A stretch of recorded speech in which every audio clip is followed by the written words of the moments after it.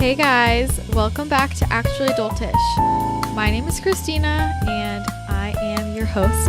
I'm a holistic health coach in Los Angeles. I am the creator of the blog Addicted to Lovely, and I am also the host of another podcast, Straight Up Paleo. So if you haven't checked any of those places out, you should definitely check them out. If you want more of me, you can find me at addictedtolovely.com, on Instagram at addictedtolovely, with underscores in between those words because someone stole it without underscores. I digress. And on my other podcast. But since you're here, thanks for joining me. Glad to have you back. If you are a returner and if you're new, happy to have you. If you're not already a member of the Actually Adultish Facebook group, which is Actually Adultish Podcast Nation, definitely join. Would love to have you on. It's a great place.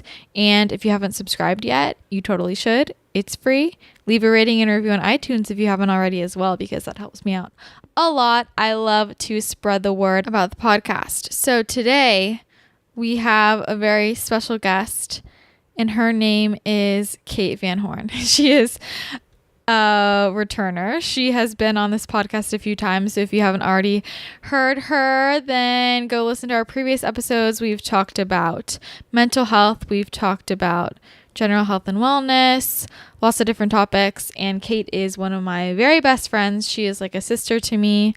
I love her dearly. She is the creator of killinit.com and one of the co-founders of The Good Fest, which is an amazing wellness festival that everybody should attend. It will be in Los Angeles in February. She's a total badass entrepreneur and I love her.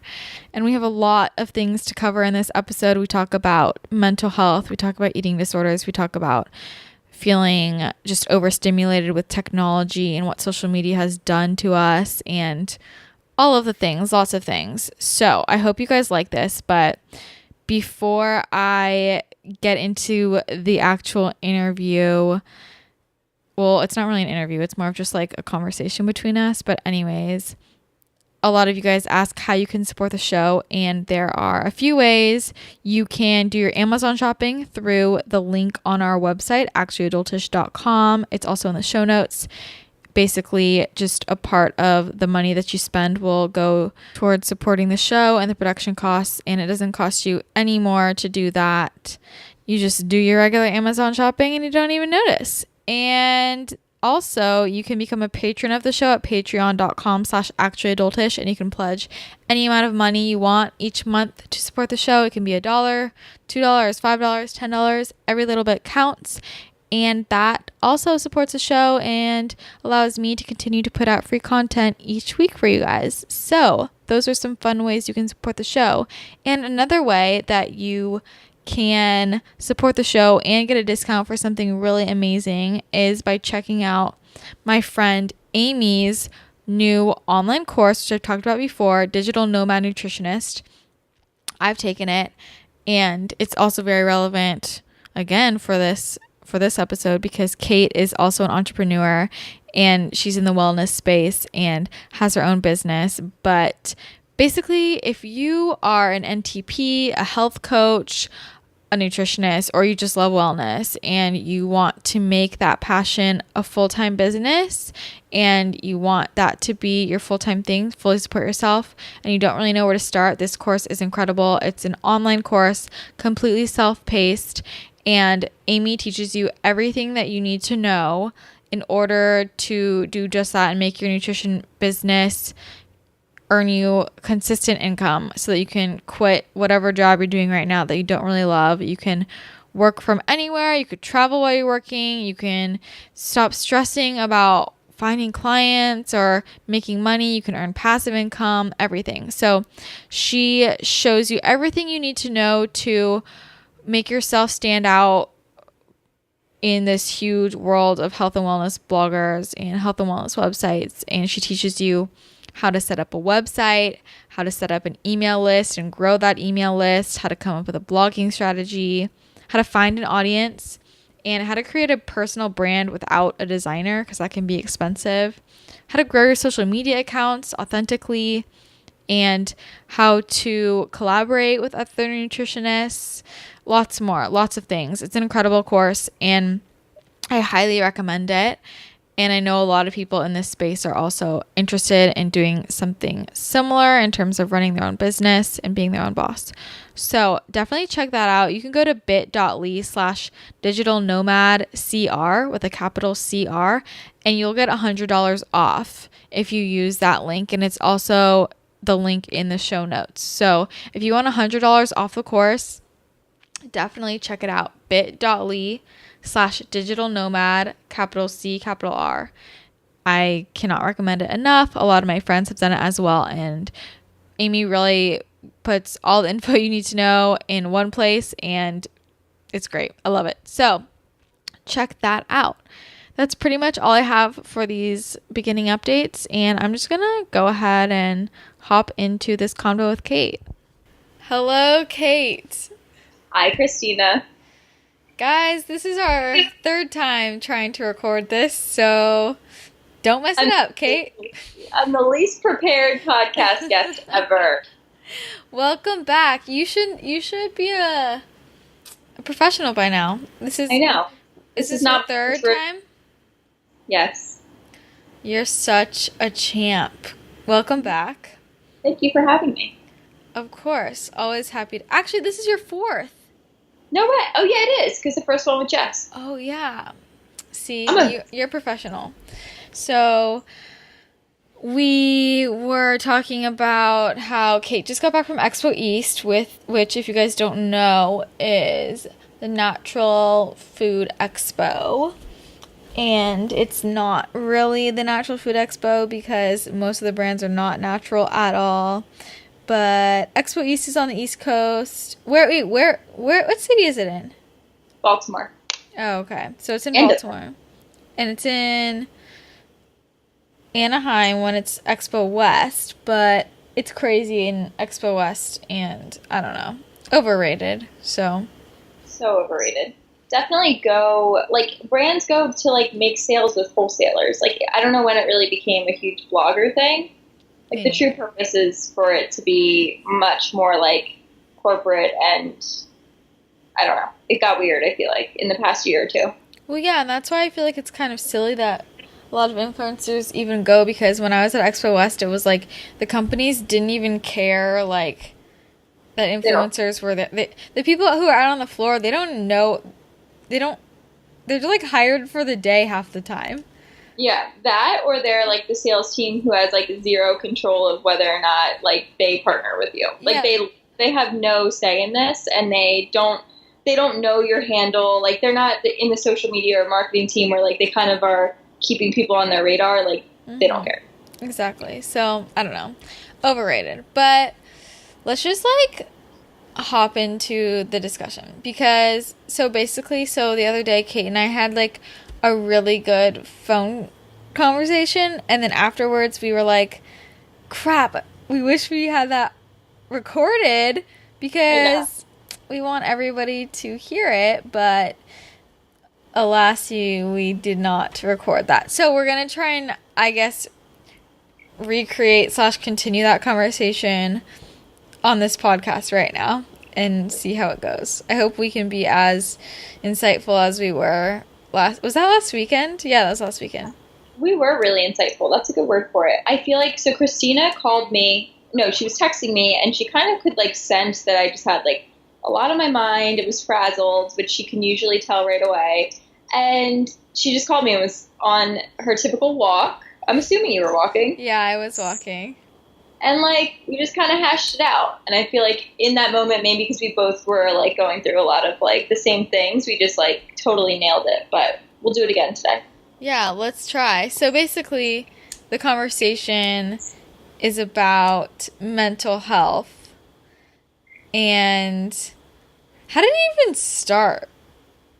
I think it was just in relation to not only Instagram. I mean, it is Instagram and social media, but also just what we do for our careers, and just how this all, I mean, for people, I recently put up a post the other day as part of the Wellness Realness campaign we're trying to do at the Good Fest.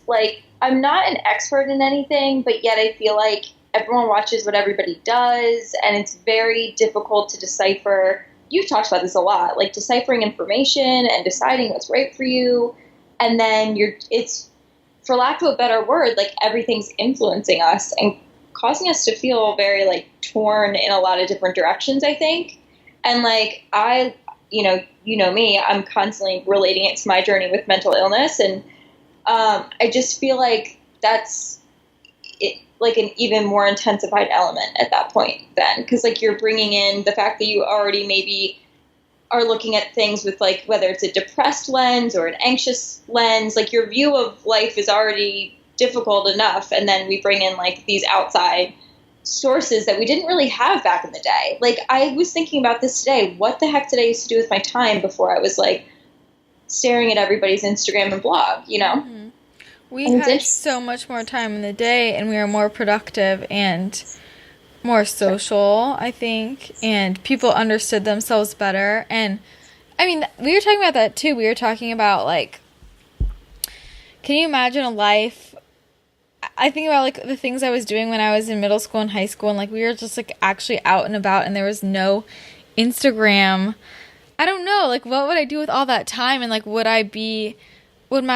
our lives would be completely different. You know, what would we be doing? It's weird. I don't know if we would be as stressed out or near, like, at all. I don't think we would either. And I think about, like, that's why I'm jealous of, like, my parents. Like, I'm like, you didn't have all these outside factors pushing in. Like, you weren't thinking about all this stuff. And we were talking about it as well in terms of, like, body image, because we feel like the eating disorders are really on the rise because of social media. And that's what we were talking about. We're talking about, you know, if Instagram didn't exist, if Facebook didn't exist, would eating disorders be so high as they are right now? Like, would these be such an issue? Because it's like becoming more and more of an issue, and it's because, I mean, it's unfair to say one thing is causing it, but I just think that the social media is a huge factor, because never before have we been in a place where you can see hundreds of thousands of other people right in front of you, you know? Like, in their best light, too. Yeah. Like, you know, and I agree with you, and I do think it's definitely a really big, you know, reason for the rise. Like you said, not necessarily all of it, but I also think it's, like, really bringing a whole new, like, level of eating disorder. Like, I almost think we traditionally thought of what was diagnosed as, you know, anorexia or bulimia or binge eating, like the really dangerous side. And then orthorexia has kind of started to become more mainstream known as far as in the, like, mental health world. But I think that level of eating disorder, and I hate to say level, that's the wrong word, but like, it's just different, you know, it's like we can now kind of glorify a different form of obsession, and like it looks healthy. And then the same with the fitness accounts and everything else. And it's just like, it's just changed, you know, it's no longer like sickness or illness and like seen as bad. It's almost like celebrated in a really like weird way. Does that make sense? Yeah, well, yeah, because this is the issue that, I mean, we were talking about. It's like almost like, it started off as a good thing, and it's like, I am all about awareness, you know? Yeah. But then it started turning into, people were turning awareness into glorifying it, and then they wanted to be part of it. And then the point of the awareness is to try and get to the root of it and to try and make a change, but that got lost somewhere. Instead, it was just, let's talk about it, but then that's just it's just there. What's the next step? And I agree. I think vulnerability has like gotten like kind of cool. And I like that. I love vulnerability. I want to go deep with people. I want to like hear, you know, more than their surface level thoughts. I just think that, yeah, it's turned into like, I'll share that I struggle with, you know, poor body image sometimes while I look perfect in this outfit. And like, I'll get a million likes and a million comments, and all the girls will be like, oh my God, babe, you look amazing. Thank you so much. You're inspiring me.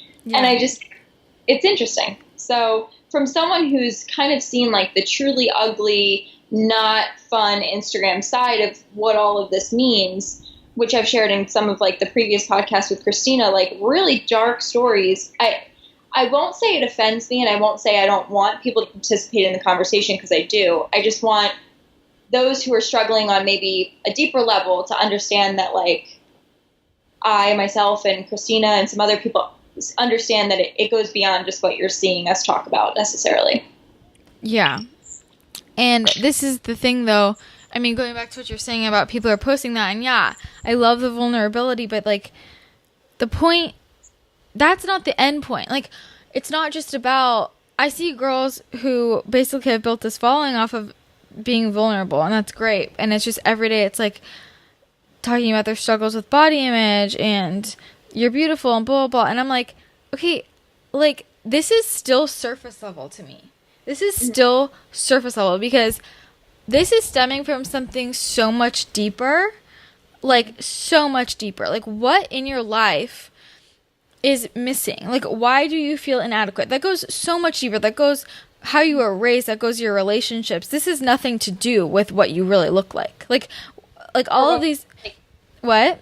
Or, like, what's on your plate. Yeah. Like, at the end of the day, like, those are just things, we're projecting our feelings onto those things because it's easier to deal with a body image thing. You know, it's like control. The control is where these eating disorders stem from. And why do we have that need for control? That's coming from something much, much deeper than just, it's not just, I have body image issues and I like have anorexia or bulimia or orthorexia. It's like, that is rooted in something else. There's something else deeper. Like, to me, we haven't even hit the real vulnerability yet, because to me, being vulnerable is being, you know, I grew up my whole life feeling like I was never enough. Every time I put myself out there, I was put down. I feel unlovable. I feel, you know, that is the level deeper. You know, I suffered this trauma, and that turned into me feeling like I need to control my life. And then, you know, and then as you get older, how do you control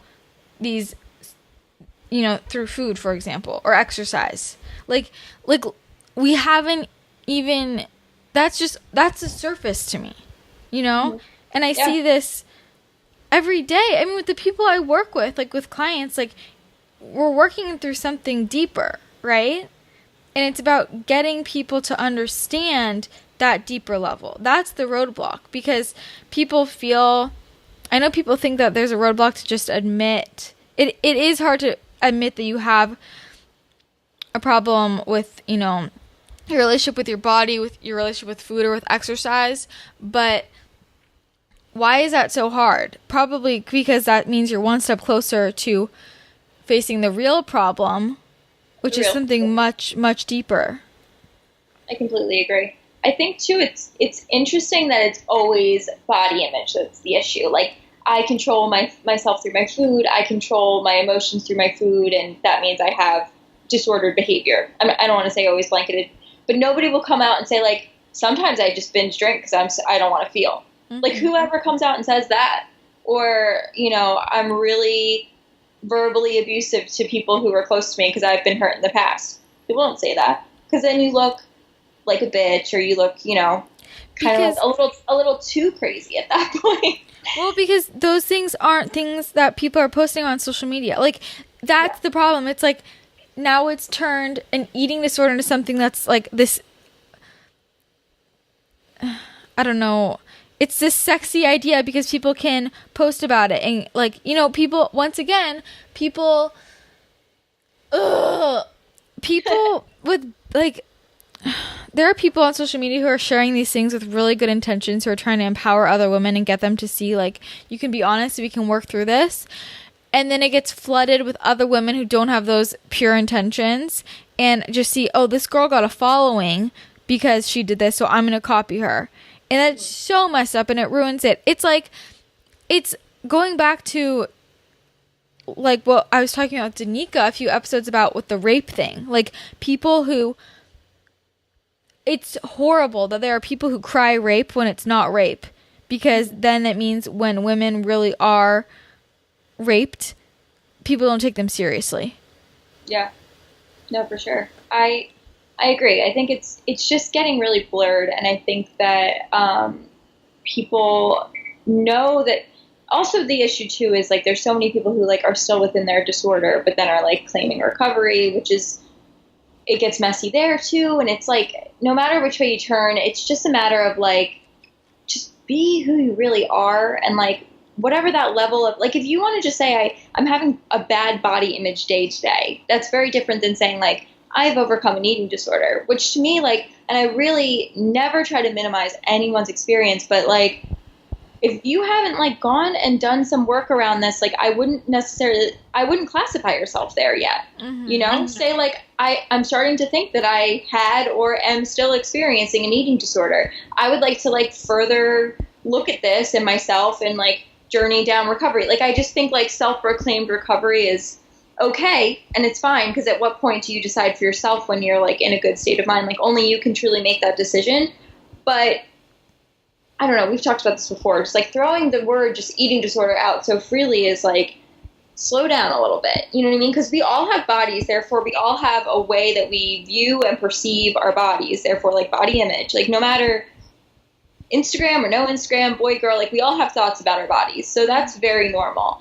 Another thing that I want to bring up is that Katie Dalebout, and I'll send you the study so that you can put it in the show notes, shared this study with me, and you know about it too, about how like everybody who kind of like works in the place that we work, like wellness and nutrition and stuff, like have typically gone and overcome something. So if somebody is going to start an Instagram about food, it usually means that they've had some experience with food that's either negative or positive or has changed them in some way. If they didn't, they would have started a blog or an Instagram account about fashion or cars or whatever, travel. Like it would have been something different. So I think that's another place where it's like, okay, we're all here in this community and that's beautiful, but like let's go beyond the thing that's like the obvious common denominator, is that we're all female living in a world where body image is so important and we all really think about our food and really value our health. So yeah, to some degree we all have some level of like experience with disordered eating, I would say.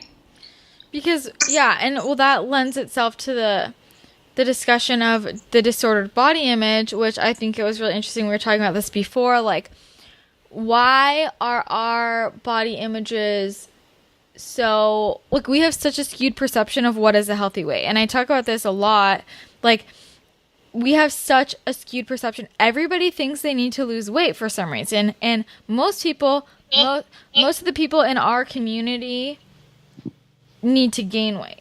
Like, yeah.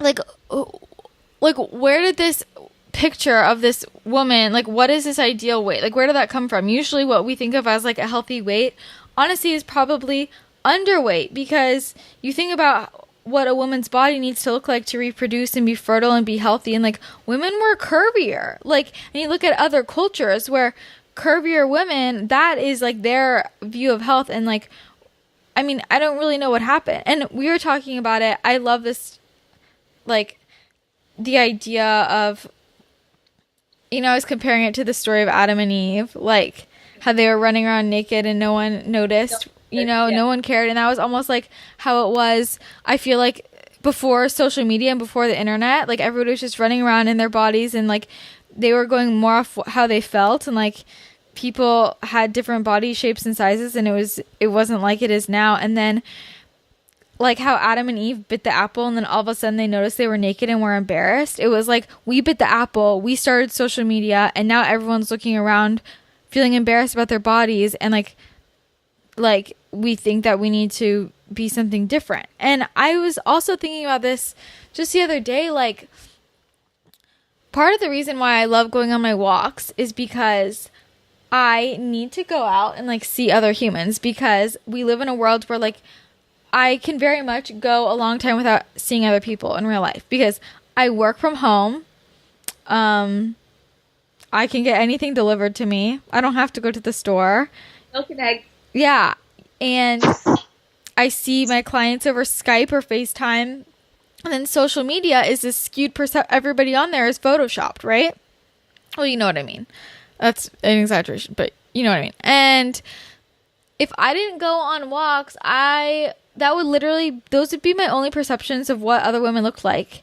You know what I'm saying? Yeah, it's so interesting you say that. Yeah, I completely agree. And as someone who works from home, I can go, a day or two without really socializing as well. But I think what's interesting that you brought up is that we're all unsure of like what our true weight is. And I know in our phone call I talked about this of like I really truly believe it's the weight where you like don't have to work for it necessarily. Like you're still being healthy. You're being mindful of like, you know, not eating a ton of shit and processed foods and not like whatever. But all that's fine. And that's where it does get complicated. You do always have to like look out for your physical health as well. But like I was sharing with you, you know, the weight I am right now is what I was like before I really started having an eating disorder. And like, it's not, you know, drastically different than when I was really unhealthy, which is the other thing too, that people are like, well, you haven't gained like that much weight. But like, to me, I've leveled out and gotten myself to a place of like where I was before any of this began. And I didn't like my body then, but like, I like my body now, understanding that this is what it's supposed to be. And this is what kind of really comes naturally. And I don't have to think about it. It just kind of like, it's my equilibrium. Absolutely. Like if you have to work so hard to be at a certain weight, your body doesn't want to be there for a reason. Asking, you know, like, you know, and it just kills me that everybody is like, I can't get that last 5 pounds. I can't get the last 10. And I'm like, probably because you don't have a last 5 pounds or last, like, this is just, but why do people want that? Why are people so hyper focused on that? Why are they focused on that? It's because there's something else deeper they're trying to avoid. It's easier to focus on this weight loss goal than it is to focus on the fact that you feel neglected by your partner, or that you feel like you are failing at work and like you're not smart enough, you know, like, or you feel unfulfilled, you don't have a relationship with, you know, your family. Like, it's easier to focus on something like weight that's like you think that I can control this as a tangible goal, because we are running away from something much, much deeper. Yeah, I was just going to say, we like measurable goals. It's the reason why we want to reach like, you know, XYZ salary, rather than saying to ourselves, like, I want to, you know, feel valued at my job and feel like I'm contributing to my workplace, whether it's, you know, for yourself or for a business or someone else's company. Everyone's like, well, I want to make XYZ amount. Like, this is how much I need per year. This is what I'm trying to get towards. And then we get it, and you reach the 100,000 or whatever, or you reach the XYZ amount of pounds that you've lost, and like, you still want more. We're also just like consumers. Like, that ties into social media as well. Like, we want more, and we want it to be instant. Like, when my internet, which just happened, isn't working, I'm like pissed. Like, I'm like, you know what I mean? And we need that immediate kind of gratification. And like, you know, I get like, people get like pissed when they go on their news feed and it's like nothing's new. Like, they're refreshing. They want more. And it's just, when is enough kind of? Mm-hmm. For all, like, when do we just allow ourselves to be enough and like believe that we're enough and let that kind of positive and just balanced approach like trickle into the areas of our life that are kind of becoming messy? It's crazy to me, because I think about how much more we would all be getting done if we didn't have, you know, like, I had a hard time. I remember in high school, it was like a big struggle for me, like balancing my phone and homework and stuff and get it, you know, and I didn't have Instagram. I was just texting people. When did it become that we have to like have so many trends in conversation? Like, and I do think this is slightly a female thing. It's also like you and we've met a lot of people through what we do, that like we've developed friendships with people who aren't necessarily local, so we can only really maintain them through the phone. But, like, I look at my boyfriend and his friends, and, like, they're still friends. And this goes into what we talked about, too, where, like, develop friendships where you don't have to talk all day long, you know? Yeah. Like, I watch him, like, they're not texting all day. But we're like, oh, my God, I have to text her back. Or we start to worry about what that person's going to think of us, you know? And we're actually abandoning ourselves because we're messaging. I mean, we do the same thing with direct messages from, like, our following and stuff, too. And it's, you gotta stop. In my life for too long, and they now are used to it and take it for granted. And now it's like, if I don't respond immediately, I get in trouble, and I have to almost retrain people to learn, like, I'm not gonna respond immediately anymore, you know? And like, it's really, really upsetting to me that people get so upset, because I'm like, can we throw back to back when, like, the only way you could talk to somebody was when they were home.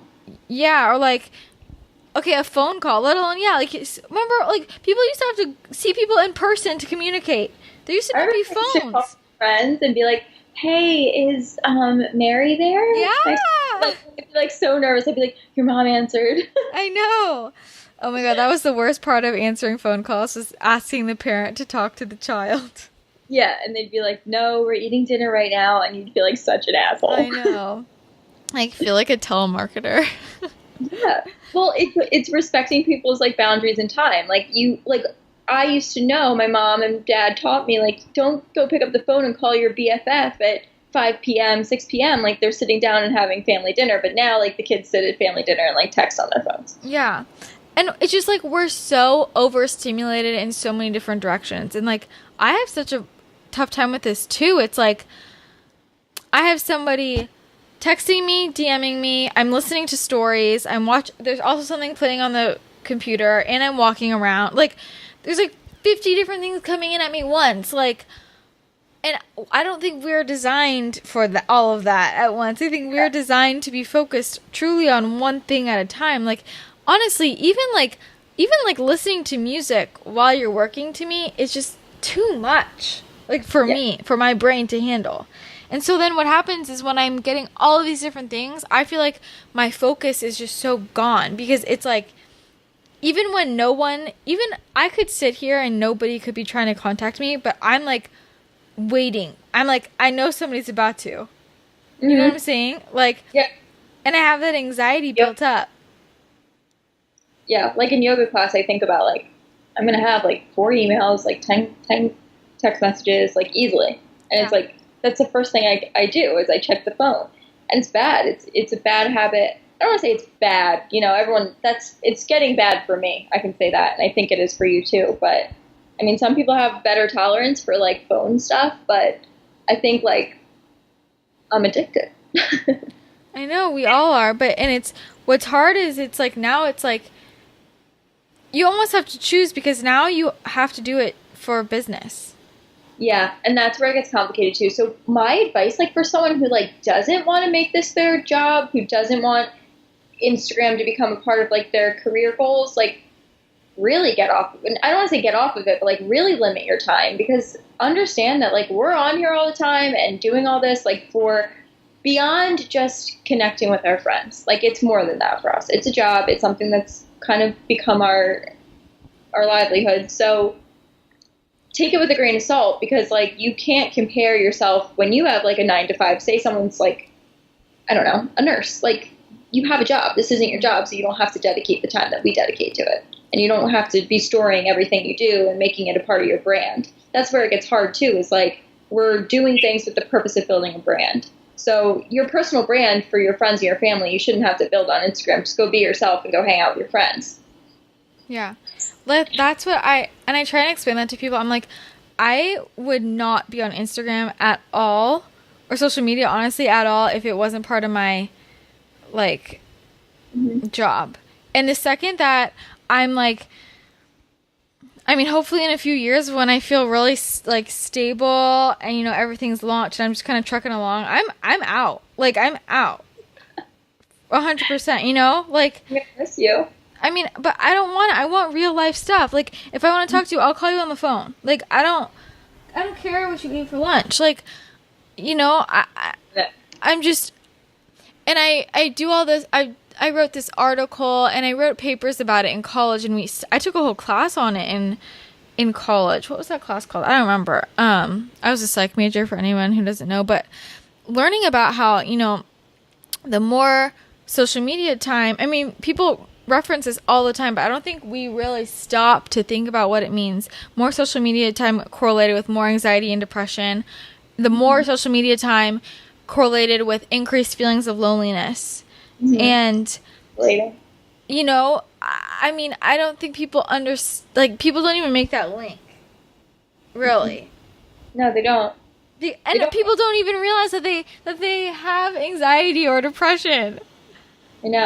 I know, it's bad. The issue is too, like, we get on there and like, and we're guilty of it too, and I've said it myself in my captions and stuff, like, I'm so grateful for this community. And we keep throwing the word community around a lot, which it is. It's a community. It's an online community. But like that word, I think, is a very positive one, which is also good, but harmful because people are like, oh, I feel lonely and depressed, but I'm part of this community. Like, why am I feeling that way? I have all these girls that like, write to me and comment, and I comment on theirs, and it's that, but that's not necessarily substance, and that's not necessarily like what you need in order to be like. I, growing up, always was the person with only a couple friends, like we like a close knit group, and that was just it. Like I didn't really talk to everybody, and now I feel like I don't talk enough to people. Like I watch other people who are like, really active on there, and I'm like, I start to have shame about it. I'm like, shit, I should be talking more. I should be responding to comments better, but it's not me. I've kind of started to accept like that is not my personality and never has been.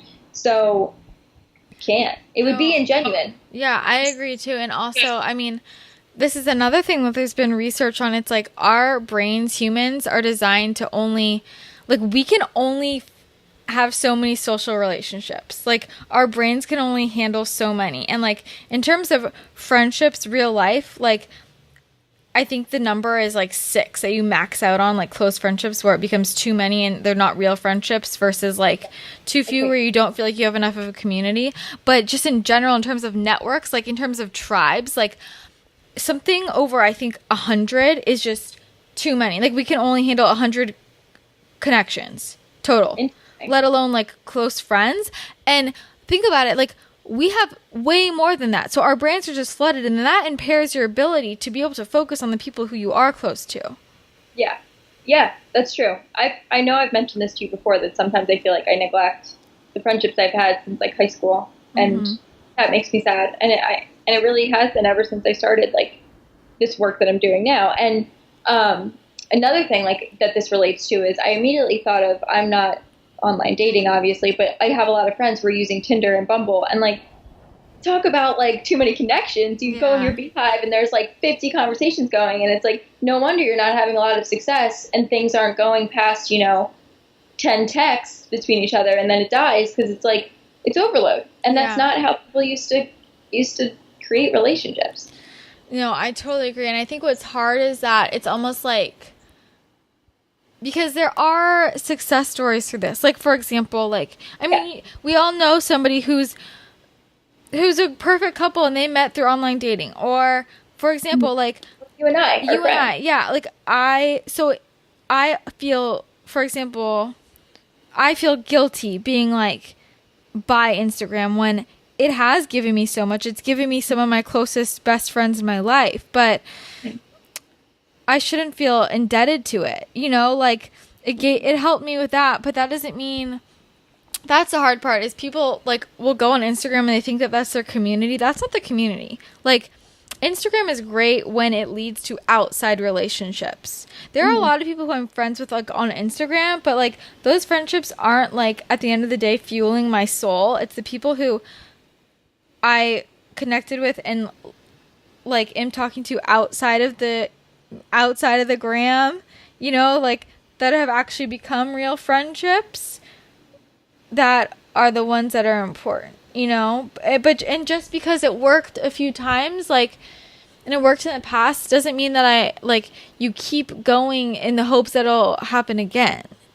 Totally. And you're right. There are definitely some instances where I'm so grateful for it. I think what people just need to start to understand is like, for example, like you can like literally hashtag yoga and find like 1 million people who have the same hobby as you. Like it's such a hyper targeted, easy way, but you could also go to your local yoga studio and find people. Like that's where it's getting difficult, is now people honestly believe that this is like maybe one of the only or best ways, when going and just doing the activity that you love works too.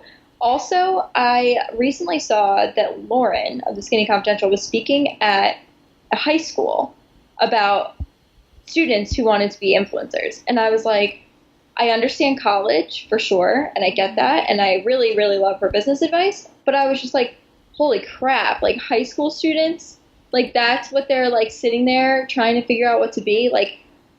And from a business side, I think influencers and bloggers are awesome. I think they kill it. I think the ones that have really grown an empire and brand, there's something to be said about that from business.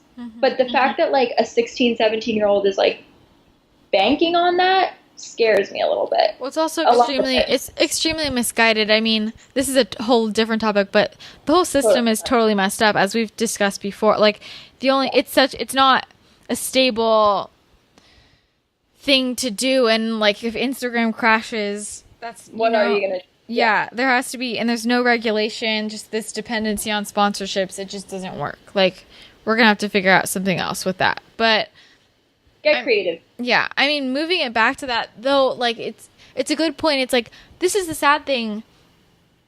I mean, think about it. When we are people and we try to, why are events so freaking hard to put on? Because no one shows up, because no one wants to get off their butt and do something and leave their houses, because they can just do it all on their phones. And like, this is another thing. It's like, I think about like when our parents were growing up, people lived for events. Or like, I think about when I was in middle school, what was the best thing ever?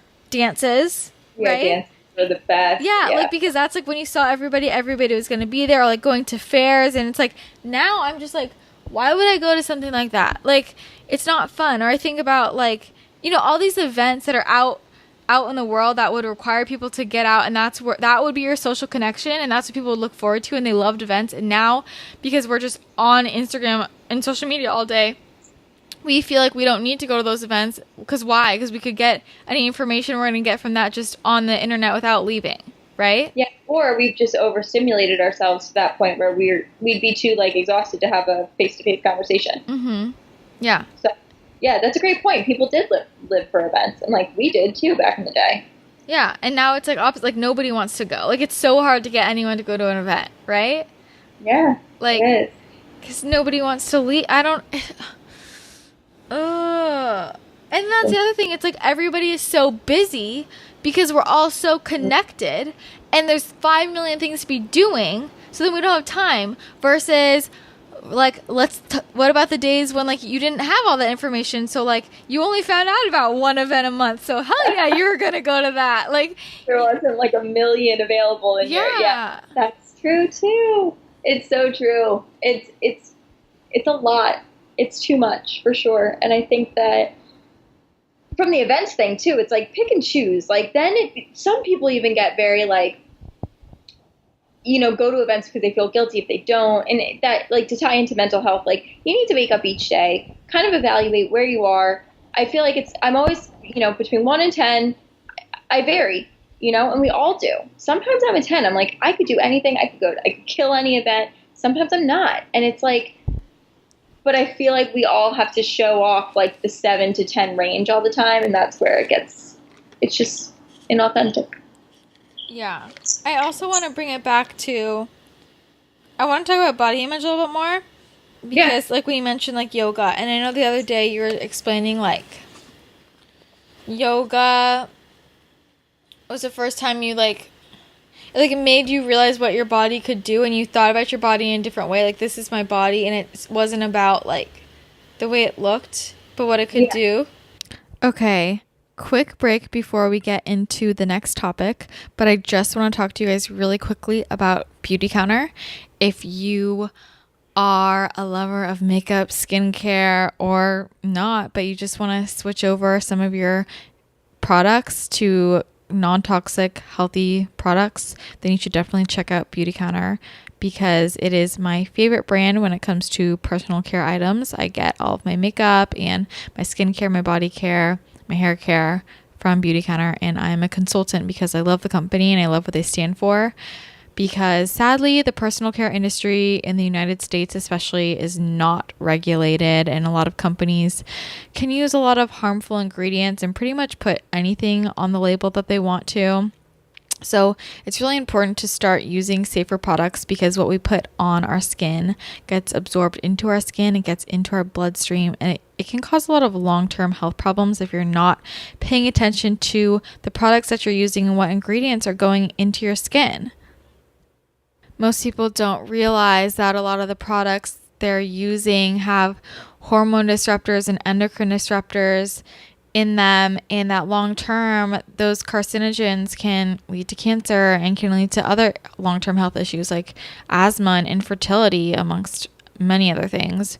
So the FDA sadly lets companies use those chemicals in their products, and we put these on our bodies every single day. But Beautycounter has banned the use of over 1,500 questionable or harmful chemicals through their Never list, which you can find on the website, beautycounter.com. And that is really important to me. If you compare it to the European Union, they've banned over 1,300 chemicals in their personal care products, but the US has only partially banned 30. That's a big difference. So that's why I'm really happy that Beautycounter stands by their Never list, which again, you can check out on the website. And I feel much better knowing that I'm using safe, non-toxic skincare and hair care and beauty products because I love my products and they're amazing and they work great. And I personally saw the toxin levels in my blood work decrease massively, and it helped my hormones so much. I can't even believe it, honestly, the difference in the test results. You have to see it to believe it, but I personally saw it, and I just want other people to understand how these products affect their health as well. So if you're interested in checking out Beautycounter, head to beautycounter.com/Christina Rice, and you can see all the fabulous products. Some of my favorites include the charcoal bar, the charcoal mask, which is the number 3 mask. I love the brightening oil, the number 1 oil. I love the repairing hair care, the repairing shampoo and conditioner, the volumizing mascara, the citrus mimosa body wash. I could go on. So again, head to beautycounter.com/Christina Rice. And if you need help with color matching or product recommendations, feel free to email me at addictedtolovely@gmail.com. Always happy to help out. So again, beautycounter.com/Christina Rice. And now let's get back to Kate. Yeah, that was, it's so true. I definitely felt like I was like on the right path to recovery from my eating disorder. Like before I started yoga, I definitely had, through like therapy and treatment, done a lot of work around that and had talked it out. And I understood like how I kind of got to that place. Like I felt like I did the soul searching to understand like why the eating disorder happened, what I shouldn't do, what's not healthy for me, triggers, et cetera, et cetera. But it wasn't until I started doing yoga that like, and I started like, I always tell people it was a very humble practice. Like I used to just turn on basic beginner YouTube videos and like do it in my bedroom because I didn't really have the money for a studio at the time. And I also just like, I just wasn't there yet. I was intimidated by the whole like yoga culture. So it was zero pressure, and I would just turn on, nice music that I liked and follow along. And it was the first time that I felt my body like do physical functions that it's supposed to. Like I felt my breath, like I could feel the way my muscles were being like, strengthened or stretched. Like when you move through a vinyasa or a flow, like you can, if you're really mindful of it and you're not flowing, because there's a cute guy next to you or there's, a camera recording you for an Instagram post, when you're really just doing it and you're fully in the moment on your mat, you can like feel all of it happening within yourself. And it was very like, holy crap, there it is. Like there's my body. And it allowed me to then take that mindfulness that I would create when I was like on the mat doing it to like when I would step in front of the mirror. And I could like see my body for what it like truly looked like for once. And it was a huge relief. Like my body image, like literally what I used to see in the mirror used to be completely reflective of like my mood. So if, I had just had a fight with a friend or someone had put me down at school or whatever, like obviously I felt worse about myself. And depending on my mood and what level of anxiety or depression I was on in the spectrum completely dictated my like view of my body. So sometimes I truly within like 48 hours felt like I had blown up, like, and I could see a physical change in my body because in my mind I was so, upset or hurt or feeling alone or whatever it was. And sometimes it would go in the opposite way too. Like sometimes I would feel like I snapped back to reality and felt like I looked very, very thin, and it would scare me. And I'd be like, oh shit, I look like drawn and exhausted. And that's also weird too, when you don't, like when you go to that side of it and you can physically see that your body's kind of like, it's going through a lot and you can see the anxieties wearing on you.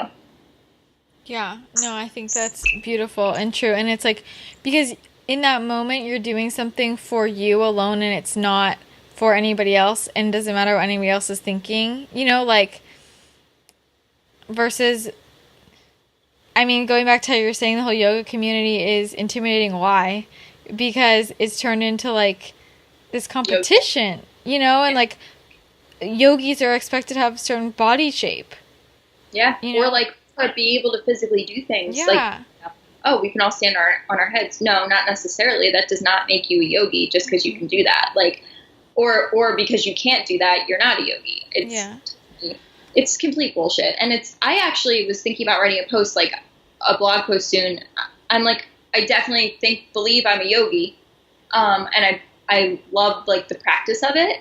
But I don't go every single day. I don't obsess over whether I can get to class. So that's one thing. And number two, I don't follow pretty much any like yoga accounts on Instagram unless it's somebody who like I know and like, I want to support them and their account. But I don't really like actively follow accounts that are yoga inspiration.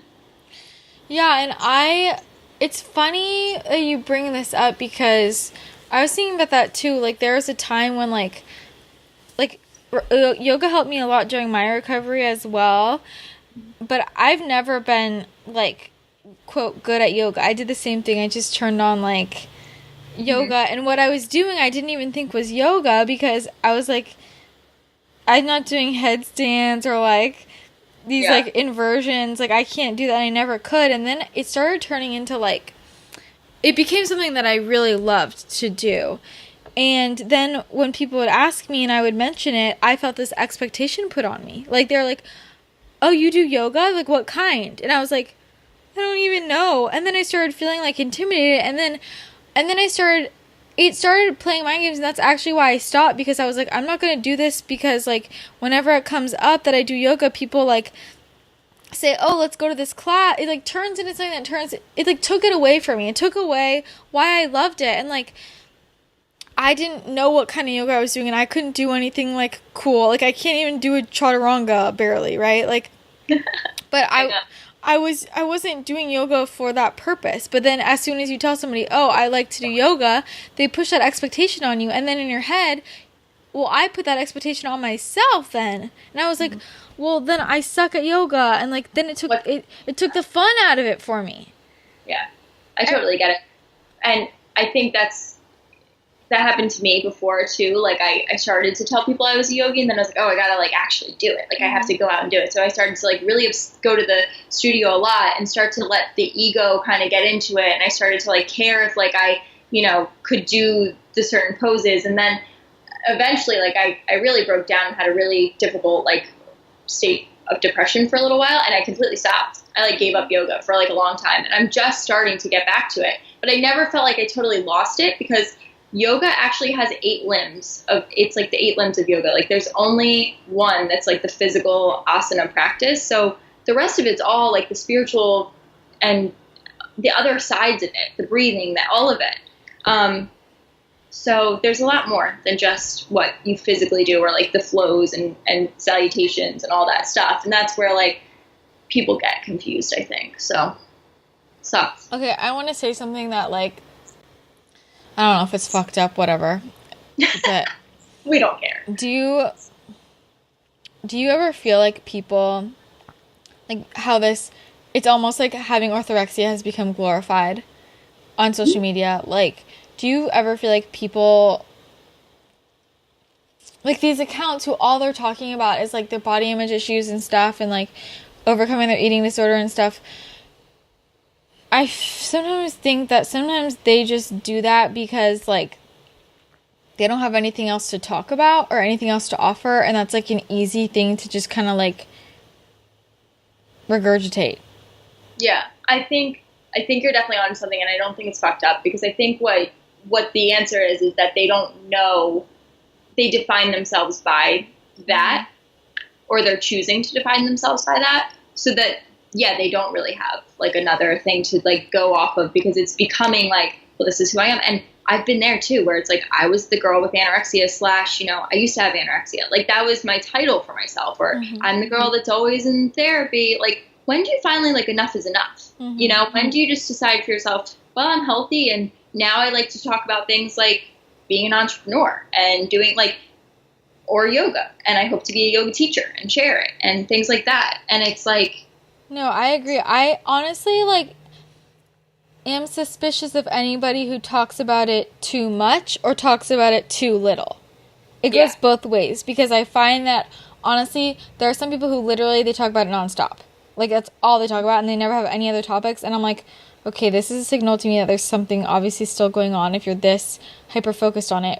And then there's also people on the other side of the spectrum who, if you, like, they're like, don't bring that up, like, I don't talk about that and I'm just like, okay, well, that's weird to me, too, because you don't want to face that was part of your past, where it's like, I feel like like, I know so many of all my friends basically have had a history of an eating disorder, and, like, I can tell that they're recovered because it's like you talk about it like a normal amount.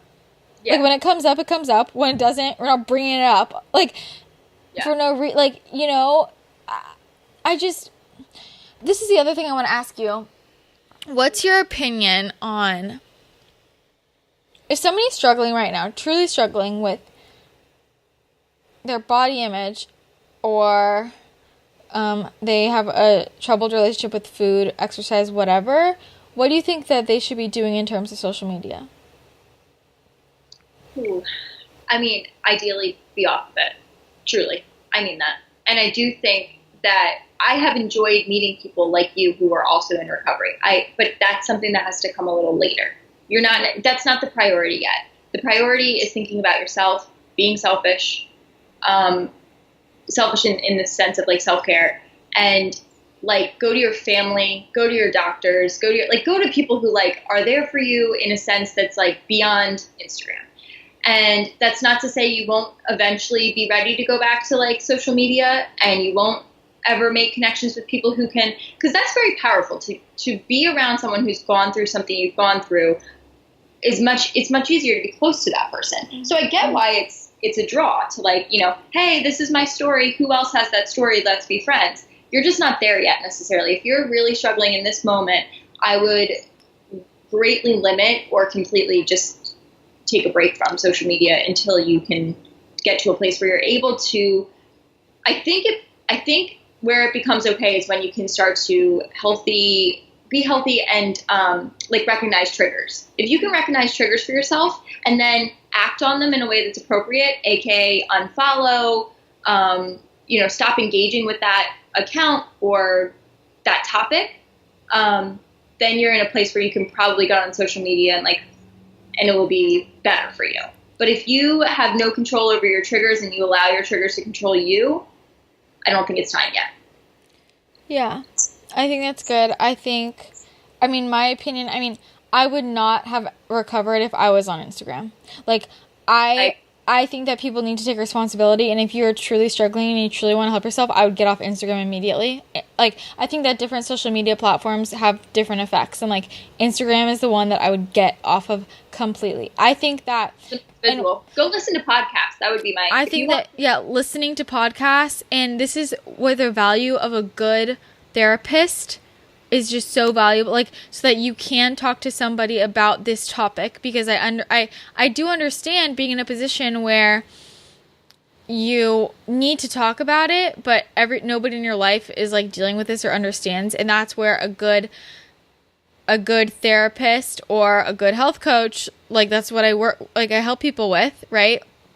Yeah. Somebody who that is the space where it's okay to talk about it and focus on it in a healthy way, but being on Instagram needs to go. And if you need, and I also understand like how incredible it is to find people who have a similar story to you, but to that I would say find one or two blogs. That's what I think the beauty of a blog is, like written word, like a blog that you resonate with and connect with, that you can still read and still get that from, and that's what you're allowed to go on and read. But that to me is very different than going on Instagram and looking at photos is not good.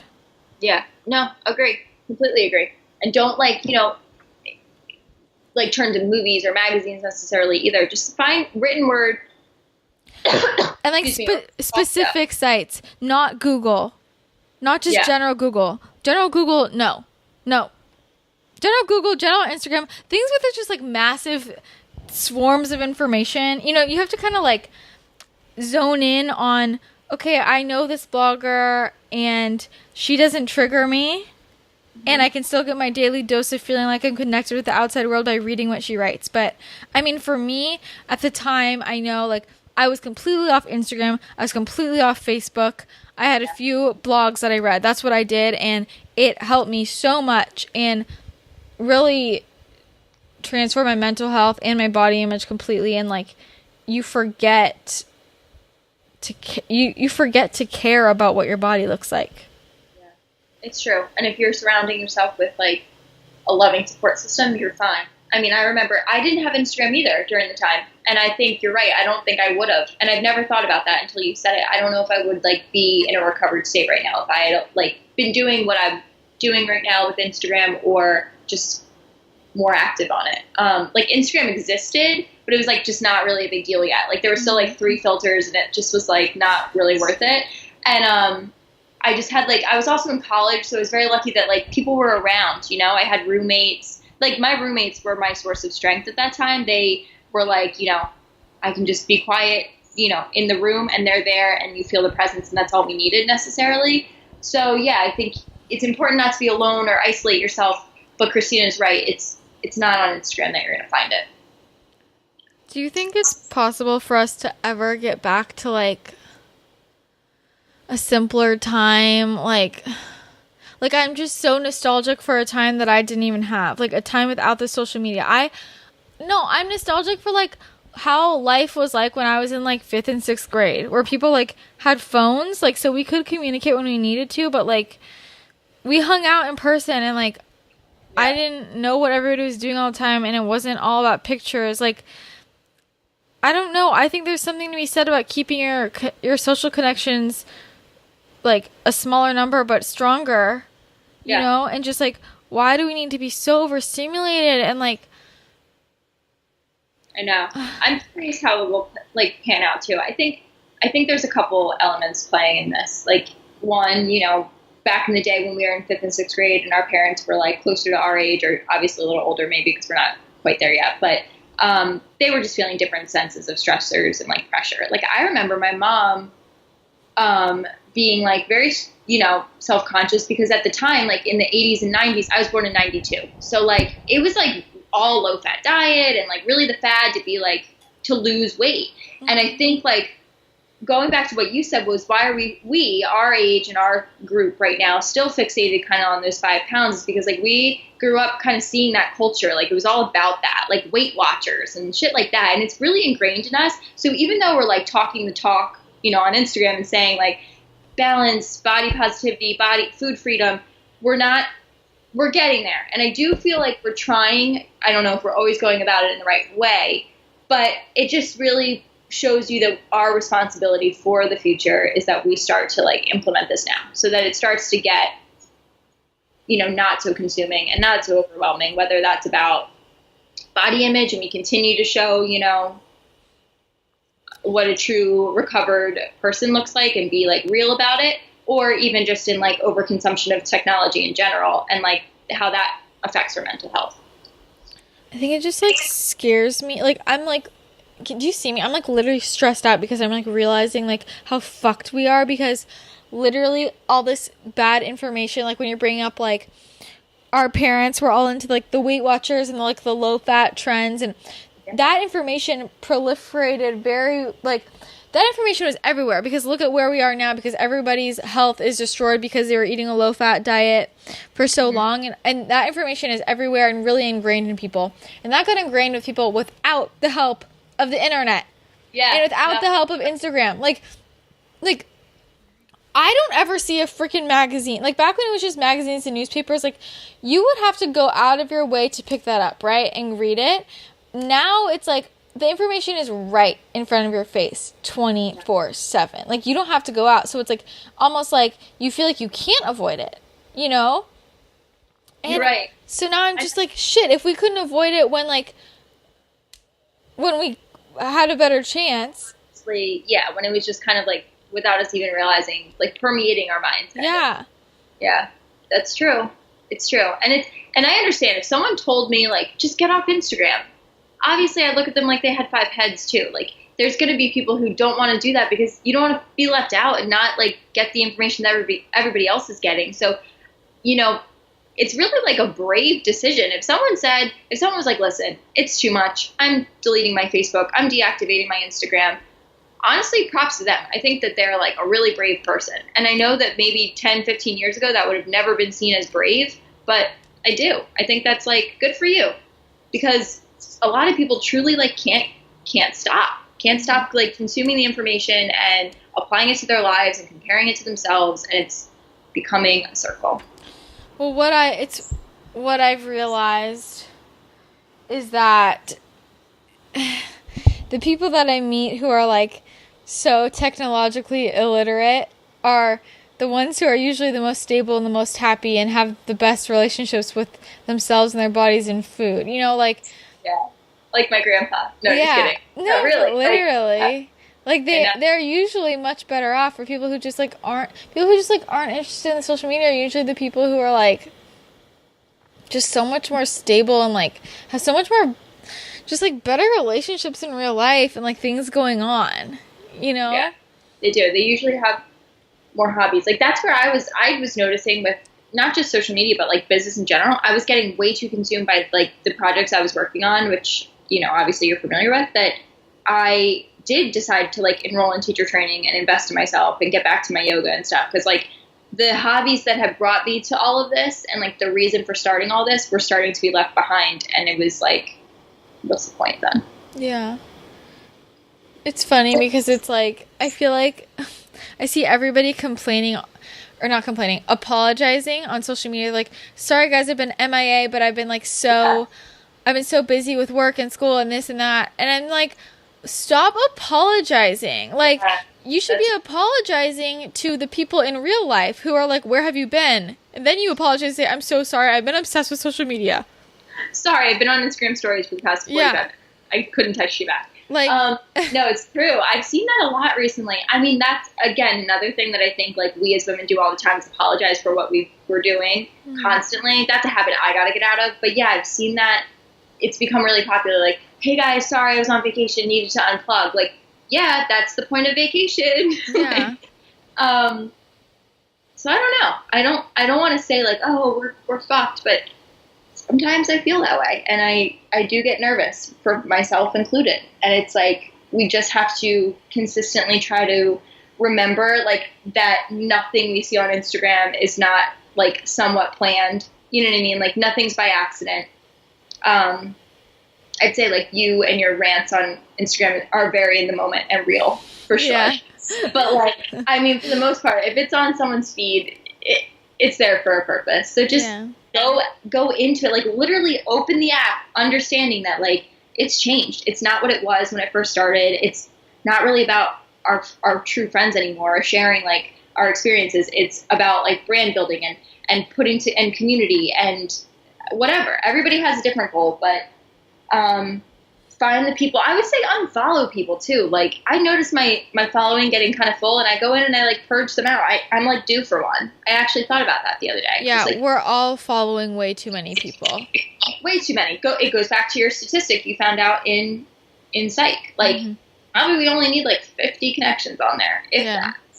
I know. Yeah, it's really, and I realized that like I used to never go on my explore page. Like, didn't even freaking know what it was, basically. And then I started going on it because I realized that other people were going on it, and I was like, I want to check what's out there. And then I noticed that I started to get more and more like weird thoughts, like because I was seeing all these different accounts that I never used to look at, and then I was like, well, shit, this person's photography is so good, like, this person's doing this person's doing that, like, I started, like, getting more depressed because I was on my fucking explore page. Yeah. Oh, that's what we didn't even talk about, was how, like, depression is, like, really just kind of glazed over, in the social media world, because it's, like, we're starting to just believe that, like if I had no idea, no recollection of, like, what depression is, like if it had never been kind of explained to me by like a licensed therapist, I would think that like taking a bubble bath and like reading a good book and writing my intentions for the month was going to cure my depression. Yeah. Like I would really think that like holding a crystal would clear my depression. Yeah, literally. No, this makes me so upset. Yeah, I'm glad you brought that up because this was like such an important part of our conversation. Like everybody, so many people are depressed and they're literally just glossing over it. And I'm like, this is like a serious problem. Like that is a serious mental health, like. Yeah. And that could be because their family isn't like really open to talking about it, and that's just how it always is. Some people might genuinely not know that this is how they're supposed to feel. Like I've told you, like I mean, obviously I've discussed like suicidal thoughts and really deep things in your previous podcast, but like I can honestly say I was like almost passively suicidal for many years of my life. And when I say passively, like no act to do it, no desire to necessarily do anything, but like if it happens, whatever, I don't give a shit. Like it was a very like monotone feeling. Like it was just like completely gray. That's the way to describe how I was feeling, was just gray. Like it wasn't black, it wasn't the darkest it could be, but it certainly wasn't a good place, and it just was my norm. Like I was like, this is what I always feel like, so I guess this is what it's gonna be. No, and so many people, I feel like that's how it is. I feel like literally so many people are depressed and they just like think that's normal and that's their norm, so they just don't even realize it, and like literally depressed because of social media, and that's why they don't realize that social media is making them depressed. Yeah, it's just it's a catch-22. And then it's like, yeah, we also talk too much about like the little, like it's great that we have like Self-Care Sunday and all of those things, and I mean it when I say I like those things, and I believe that we should all do those things for ourselves, but a lot of people need to go a step further. Yeah, and those are the surface level things. Yeah, so when we say like, you know, what's your advice for people with depression? Like, oh, like, don't be too hard on yourself. Make sure you take care of yourself and, like, you know, do a self-care ritual every Sunday. Like, if I was like clinically depressed and someone said that to me, I'd be like, and if a family member said that to me, I'd be like, fuck off. Yeah, that's exactly. What I'm saying. But if an influencer says it to me, like, wow, she's able to do it, why aren't I able to just do that and be able to overcome this? Yeah. You know? Yeah, no, it's the same thing with, like the anxiety as well. Like, these people are like, you know, I've struggled with anxiety, and the way I deal, you know, I take my adaptogenic herbs, and I sit down and I have a bubble bath, and I read at night, and I just, like, yeah, that's all, like, those are all great steps and necessary. Like, I think that, yeah, you should be, okay, not necessary with, like, herbs and stuff, but, like, yes, you should be taking the time to, like, sit down and calm down and, like, do things to calm yourself down and stuff. But at the end of the day, when you have real anxiety, like, real depression, like, that's just the tip of the iceberg. That's like, okay, gotta do that. But, like, you need to do real self-work. Like, real deep stuff. Like, not just, like, going through the motions, you know, of these surface level things that are pretty to post about on Instagram. Like, that's not gonna get you, you know? And what's scary is, like, it's all a marketing thing. It's the same way that food companies trick you into thinking if you eat this, you'll be healthy and skinny. It's like these influencers do things like that to make you think, well, if you buy into this, if you buy into what I'm selling and this is what you do, then you'll heal yourself too. And it gets people caught in this cycle because they keep coming back wanting more because it's not fixing. Does that make sense? Yeah, no, it does. It absolutely makes sense. Like, what other advice does this person have? This community have? Yeah, absolutely. They're gonna, like, the influencers depend on repeat customers, basically. You know? The same way the food company does. Right. The same way Weight Watchers does. You know what I'm saying? Like, they depend on, like, they're not gonna give you the real way to heal, because then why would you come back? Because then you wouldn't want to be on social media anymore because you're not looking for something to fill a void. You're right. Scary. It is. It's very scary. I don't know how it's gonna, like, pan out, but I just know that I feel like that was another thing that happened to me recently. I don't know if I told you about this, but I, like, tagged, there was, like, someone who, and I'm not gonna name, like, who it is, that's the account, but tagged, she's, like, a very big voice in, like, the body positivity, like, kind of movement on Instagram, and she's very real and raw and extremely vulnerable, and I felt like what she was saying was awesome, and I shared her content via my stories, and I was like, yes, thank you for saying this, like, I so believe in this. And this is me just playing devil's advocate, like telling this story, but she then put up a post and the caption was like, it was almost immediately like the next day after I knew she saw like my tag to her in stories. And it was like, the rage I feel when somebody describes himself as a wellness blogger and then has like an aspirational feed, like a feed that's like aspirational. And I was like, okay. So I got pissed. Yeah. And I was like, whatever. So I didn't really like do anything or say anything. I just unfollowed. I was like, if you're going to judge me based on my feed, because like, that's the other thing is, but if someone gets to know me, they'll know I'll talk about things that are really, really, really vulnerable and really dark and scary and sad.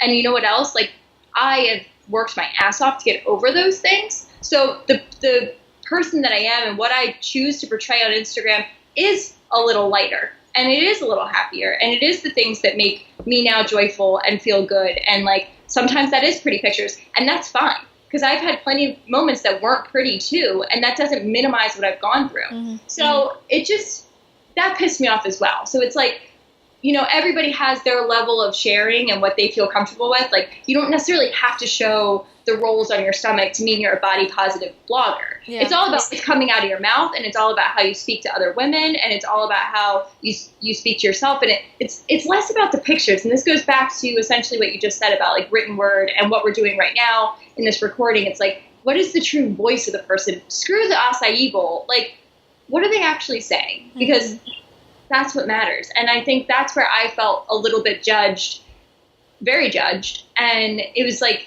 you don't even know me. Like, if you knew me, I might have gone through things that you can't even relate to. Well, it's just funny because it's like you've gone through things that people can't even imagine. And you're so open about so much. I mean, anybody, you just have to listen to our podcast episodes. Kate has talked about things that nobody else would be willing to share, right? And I think that's part of why people have a hard time connecting with people like us, like, who we don't have time for small talk, really. Like, and we're, like, not afraid to just, like, randomly bring up really deep, dark, emotional shit. You know? Like, because we're fine with it. Yeah, and exactly. And it goes back to like your thing of, you know, if you're over talking about it, maybe there's still an issue. Like Christina and I can text about like The Bachelor too. Like just because what brought us together and what really made us close and have like kind of like an intimate friendship, like a really like beyond surface level friendship were these things that happened to us. But like, I love to talk to you about Bachelor. I love to talk to you about stupid shit because like, I don't know, we're just all human. Yeah, no, like, there's just so much, like, if the only thing we had in common was our eating disorder, we would not be friends. No. It has nothing to do with it. Like, I don't know, it's frustrating. And, like, kind of going back to the Instagram, I mean, I struggle with this, too, though, like, what you're posting on your feed, like, this is why I hate Instagram in general. And, like, I tell people, like, I'm not a food photographer, I'm not, like, I hate posting pictures of myself. So I stick mainly to food because I would rather stick to food because I hate posting pictures of myself because I don't want people looking at me. And, like, judging. And, like, looking at, like, I don't want people connecting. Like, I want you to hear what I have to say. And to me, it's easier to dissociate from just a picture of a meal than it is from a human. Like, I know I'm a blonde, skinny woman. White woman. Okay? And, like, to me, it's like, I'm not going to post a pretty picture of me on my feed and then say something about, like,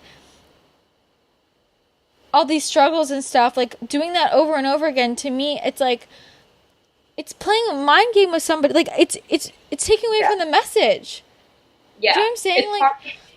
It's hard when our face is associated because then it becomes like, I don't look like her, I can't identify with her. When in reality, like, we can identify with technically any woman if they've gone through what or are feeling currently what we're feeling. Also, like, you know, the whole thing of like, this person struggled more than I have or whatever, it doesn't minimize your struggle. Like, no matter what your struggle looks like, it's worthy and it's, you know, deserves to be heard, and that's just how it is. I think that's like, because I struggle with that too. I'm kind of like, who am I to go around and talk about how hard my life's been? Like, again, I'm a thin white woman and I, like, you know, I'm very grateful, and that doesn't take away from that. But besides all of that, and that, you know, that puts into all the other shit that's messed up with the world right now. But it doesn't make us ignorant to the other issues that are going on. It just means that we're choosing to voice what we personally can talk about. We've experienced it. That's it. We're not going to say that it's better or worse than anyone else's experience. We're just saying this is ours. And I think that's where it gets complicated, is everybody starts to have an opinion about your experience and they don't have one. Like, they don't have that right. Yeah. I just think that when the pictures are involved, it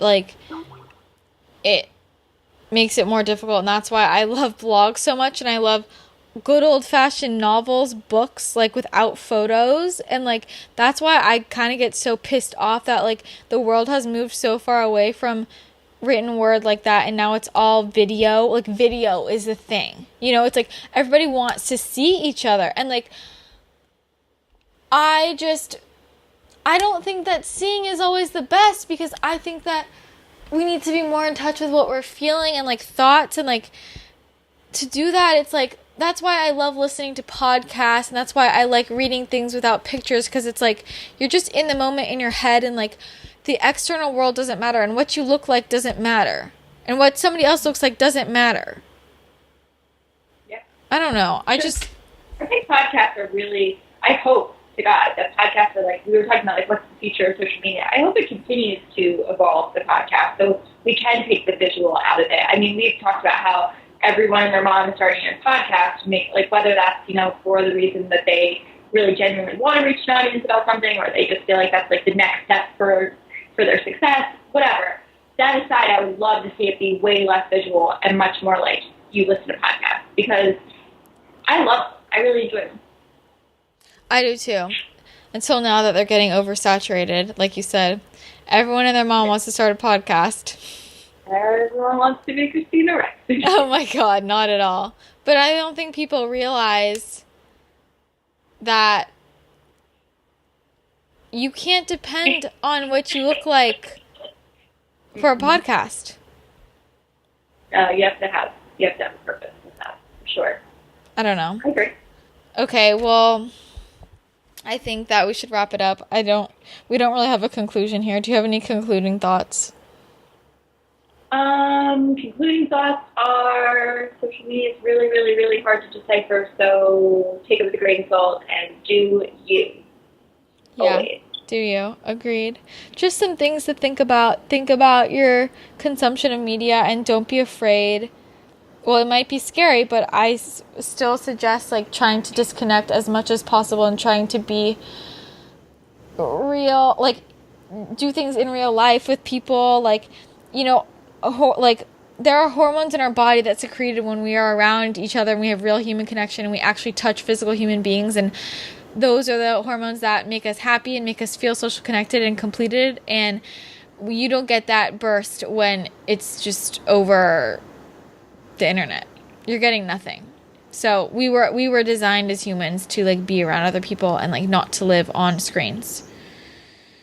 And that's all I have to say.